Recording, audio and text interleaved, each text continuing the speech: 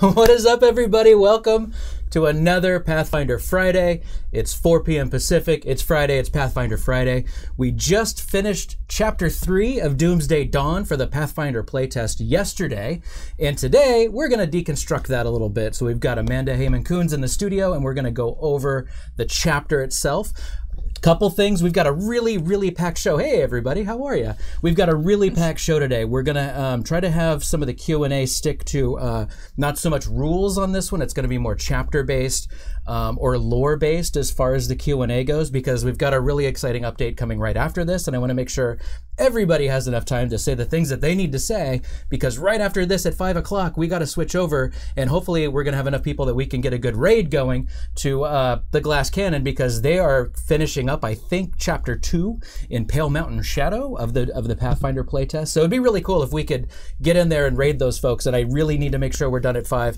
So without further ado, let's get into the show with Amanda. How are you? Great. I'm doing great. Awesome. Happy to be here. Thank you for running the games for the last 2 weeks. That was a lot of fun. It was a good group. Yeah. Except for Cosmo. He had to be there, but that's neither here nor there. I got a very shadowy email that said something about Cosmo had to be in my group, or things would it kind of had a goblin tone to it. I don't know, I think maybe Cosmo sent it in retrospect, but anyway. Well, I think Cosmo had something to do with it, because Cosmo, blame Cosmo. It's always his fault. Exactly.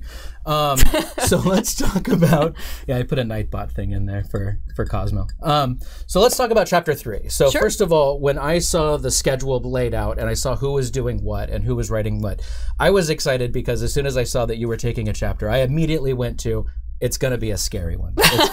It's gonna have to be scary. So. Oh, you know me so well, Dan. Yeah, well, and there are other shows that we've done where we've talked about your love of horror, films and modules and games and all of that sort of thing. So I encourage you to check that out. It should be in our Twitch videos section.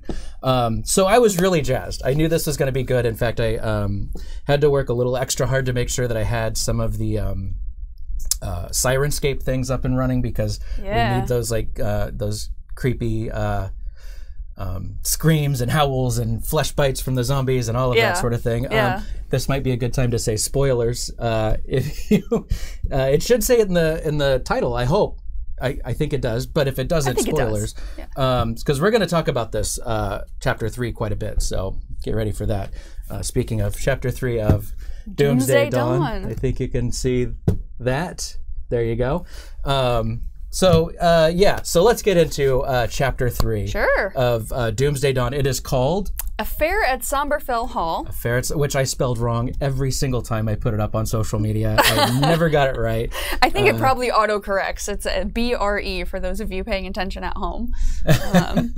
James was joking. James Jacobs. Sombre. Yeah. James Jacobs was joking that was adding a little bit of class to the title, just because it's sort of a British anglicized version of the spelling that I just thought sounded kind of cool and ominous and creepy. It does. Yeah. Like, you put hall after it too, and it just makes it sound even more mysterious. Yeah, you know, yeah. And so it's basically an adventure in a big Gothic mansion with a sort of essential mystery that then devolves into a giant undead horde, you know, as you do in these games, right? Yeah, absolutely. Yeah. And that was the other thing that I thought was going to be fun, but I could not get it to work in time, which was too bad, was the idea of the hordes coming.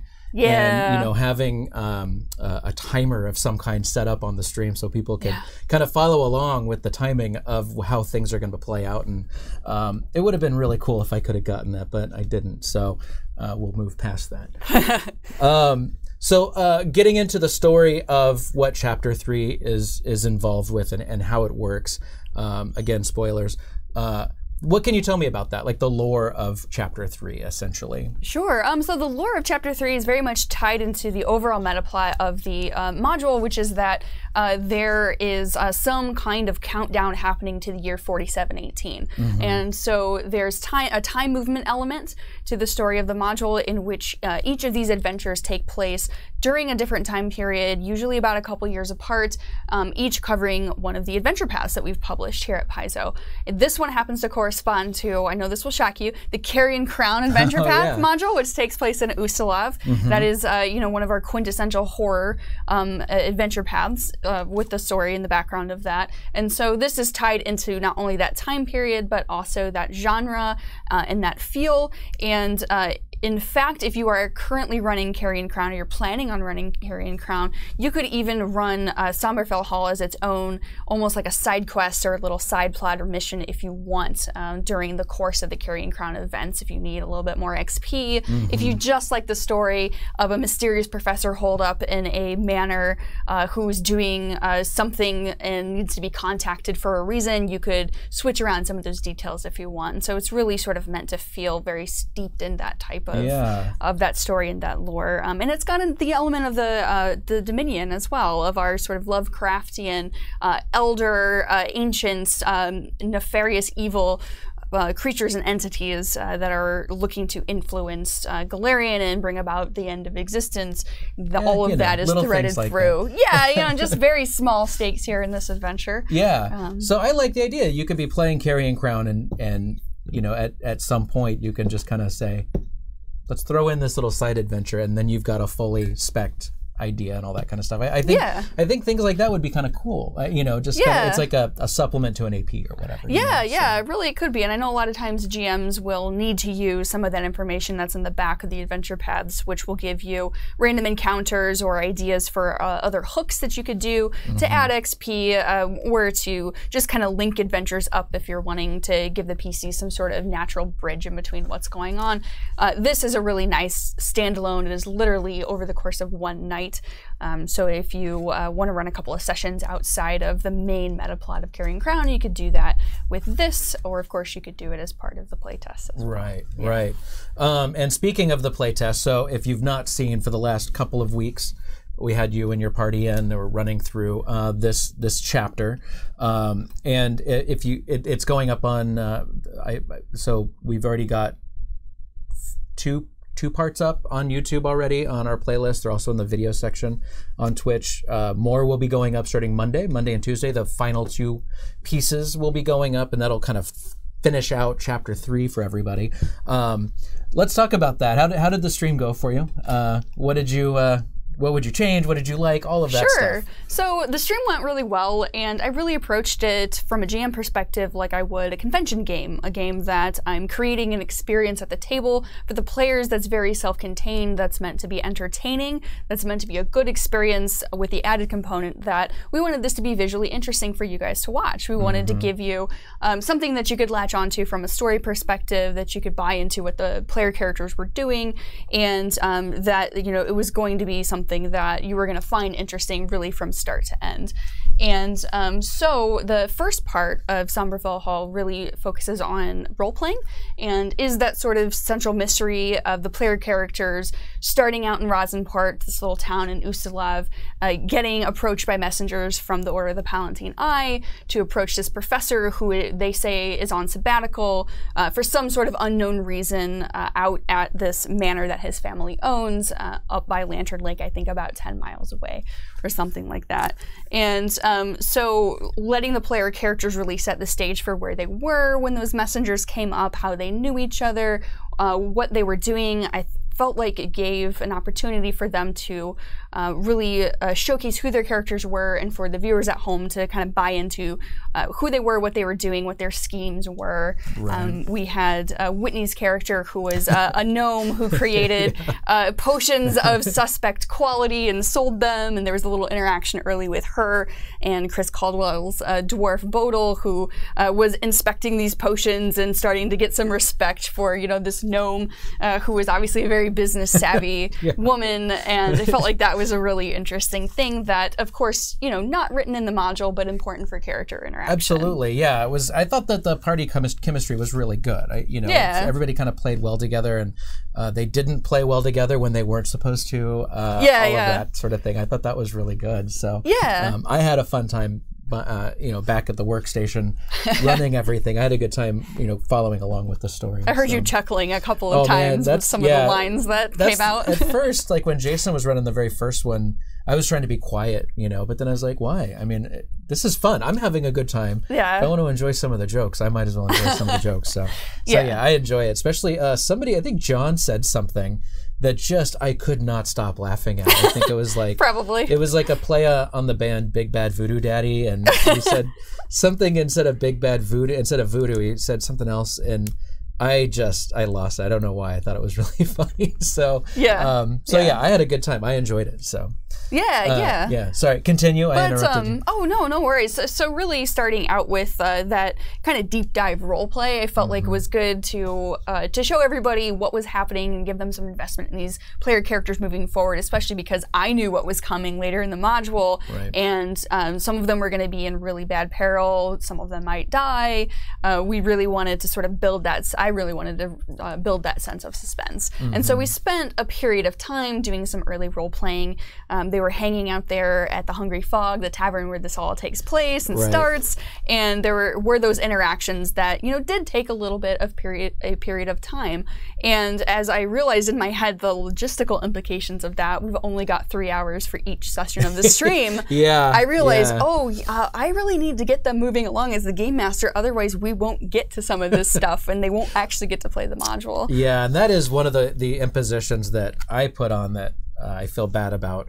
But it's like, I was given this schedule, and it's like we have 2 weeks for each chapter, and it's like, okay, there's going to be some things that need to be cut out. And speaking of that, what are some of the things that you kind of hated having to cut out? Because there's some stuff, I'm sure, that you had to cut out of this thing.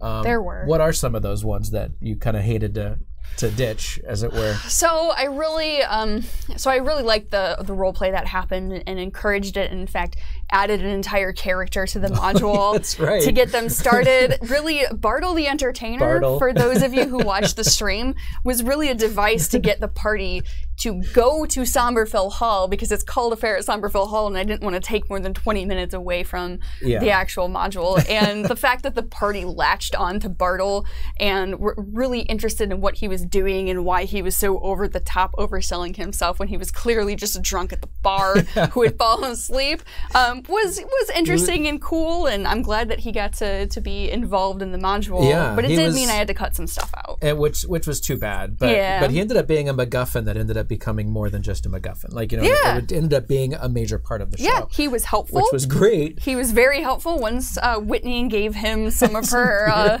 very watered down, very kind of strange tasting beer that he's had worse. Yeah. So that was good, but I did have to cut out some stuff. And really the biggest thing that I had to cut out was, I believe, Wave 3. It's the Wave of the Poltergeist and the Whites, the 4 Elite Whites. And so, unfortunately, I ended the first session on a cliffhanger that the preparations had been made for the house in anticipation of more undead coming in. And I described them seeing this skeletal, zombie-like arm reach around the corner of the door frame and hearing a moan coming out. That was so good. Yeah, which was cool from a visual standpoint, probably, but then meant that I couldn't actually skip that second wave, which were vampire spawn and some more gas. I had to play that out because the next wave were incorporeal undead, and so there was no way for me to really bridge that continuity gap, and I didn't want to get in front of the camera and say, oh yeah, that thing that you saw, that didn't really happen because we have to skip that wave. That's too metagamey for me. So, in retrospect, I would have cut that second wave and gone straight to the third wave, which was a little bit more mechanically difficult, would have showcased a little more of a harrowing situation. But because of the way just the cuts were and the time was, I ended up cutting out that third wave. Yeah. And I think, it wasn't, I didn't notice a big gap, but I do know if you were, planning on running the game, you would have probably noticed that there was a whole wave that was just taken away, Yeah. And then that was, and again, just more behind the scenes stuff on my side of it. I kind of, I had already committed to switching over our stream at a certain time, and so I just felt really kind of bad about that whole thing, you know. Oh, that's no big deal. I mean, it schedule's a schedule, and, yeah, you know. it was a fairly easy adjustment to make, honestly. Yeah. You know, I knew that probably all of the waves wouldn't fit into the time period, and there were just a few little story adjustments that I made on the fly a little bit to make sure that it was a little bit more seamless.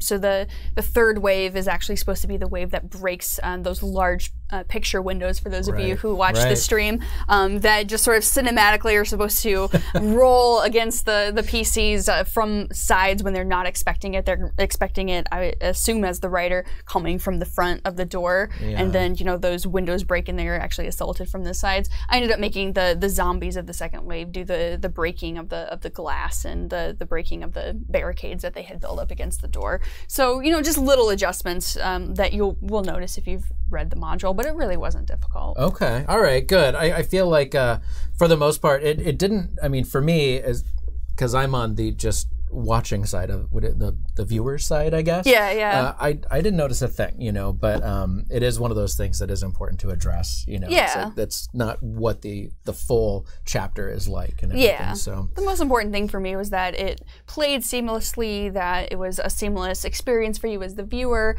and that it made sense, basically, that all of these things were happening in this sequential order for purposes of this particular format. Yeah. And I do want to, because I'm seeing in the chat, because I'm also, it's difficult because I'm talking and then I'm also looking at chat at the same time. So I'm sure it's annoying, but you know, sometimes things come up and I got to make sure that that I don't miss anything. But somebody, you know, people are mentioning the map, and that map was phenomenal. It looked amazing, and almost instantly from the very, very beginning, people were like, what's up with that map? That's amazing. All of that stuff. So really quickly, can you kind of get into the idea of how you put that map together? Absolutely, yeah. So just a very quick preamble is that one of my philosophies of running horror games is that I feel like the atmosphere is very important. So things like Sirenscape for sounds or a soundtrack of orchestral music or things that fit the theme of what you're doing, having dimmed lights or having candlelight or something like that to set the scene, I feel like is very important to the experience to really add some verisimilitude or some authenticity to what the players are experiencing. Yeah. Maps are a very big part of that as well. And so as I was preparing for the stream, I was actually putting off drawing that map on a battle mat or on a flip mat because I kept thinking I'm never going to replicate how good that this map looks, how great this art is. It does. This our cartographer did an amazing job. And so finally I thought, you know what, I am actually going to take this file. I took the high resolution JPEG file of the map and I sent it to FedEx and I asked them to print me out maps that had 1-inch squares because I was using it for a tabletop game, and to make the color as vibrant as possible. Right. So that you could really see that deep red of the carpets. You could really see all the candelabras that are set up, the broken furniture that's everywhere, you know, the windows on the side. And so that was as simple as it was. I just had FedEx print it out and they cut out the little pieces that you saw on the stream for me, and I just put them on as the players needed them. And it looked amazing on the stream. It just fit perfectly, I think, you know. It was. It literally barely fit on the table. It was definitely hanging over the edge a little bit, but that ultimately wasn't a problem. You know, it wasn't that big of a deal.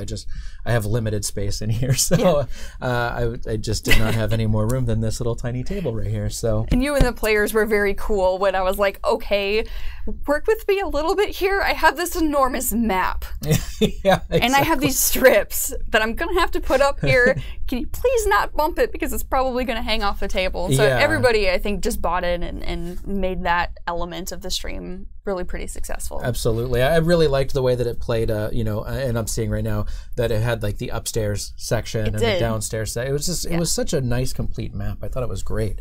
It turned out beautifully. They did a great job. Yeah. And so let's get into a little bit of Q&A right now. We've got about 10 minutes or so. Sure. And then we'll kind of get into that. I think that, so I'm seeing Actually, let's do this. Hang on a second. Before we get into Q&A, we've had Amanda on here today. It's been a blast. If you're not playing the Pathfinder playtest Doomsday Dawn, it is available for free at Paizo.com. So feel free to grab that and check it out. And your feedback helps us a lot. And so join us here every Friday if you'd like to be a part of the Q&A. We start at 4 p.m. Pacific right here on twitch.tv/officialpaizo. And if you're watching this on YouTube, thanks for joining us. And I hope you hit that subscription button and the bell notification button and all of those things so you can see all of the updates that we do every single week. So until next time, for Amanda and for Paizo and for me, your old pal Dan, thank you for joining us. Bye.